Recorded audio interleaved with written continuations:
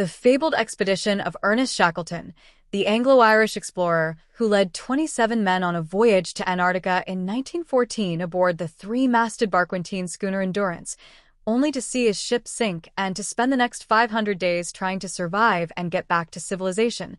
Sounds like something you read about in history books, or maybe a storybook. It's a saga so removed from our time, so rooted in a pre-technological world, that the idea that you could actually see it as it's happening seems wondrous. Yet Shackleton, who had an early 20th century showman's flair for publicity, took a filmmaker along with him as part of the crew, the photographer and cinematographer Frank Hulley, who shot the whole journey. So even as Shackleton and his men were stranded at the bottom of the earth, trapped in an endless stretching expanse of pack ice, their daily routines, their research, the entire frozen-in-time ordeal was being photographed and recorded. The voyage of the Titanic took place in 1912, 2 years before Shackleton's expedition, and just imagine if the fate of the Titanic had been caught on film, the footage preserved under the ocean and then recovered. It would feel like you were bearing witness to the uncanny. The footage of Shackleton and his men conjures a touch of that level of awe. It's transporting like a time machine.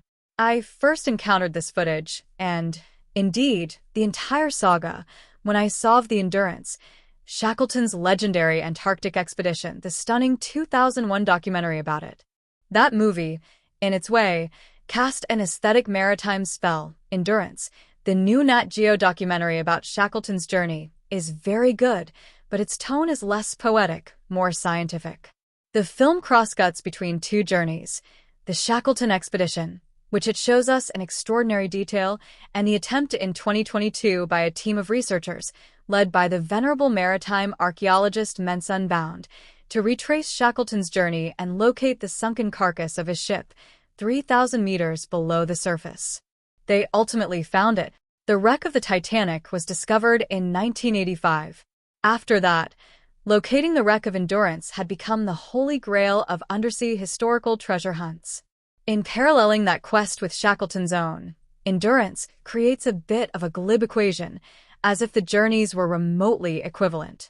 Yet the film becomes a meditation on the meaning of two ages, one rooted in the mores of the 19th century, in faith and wonder, in man facing off against the elements, and the other guided and protected by technology. One era feels religious, the other secular. I wish I could say that the cross-cutting elevated the film's suspense. It doesn't, but it's gratifying to see the stories meet in the middle.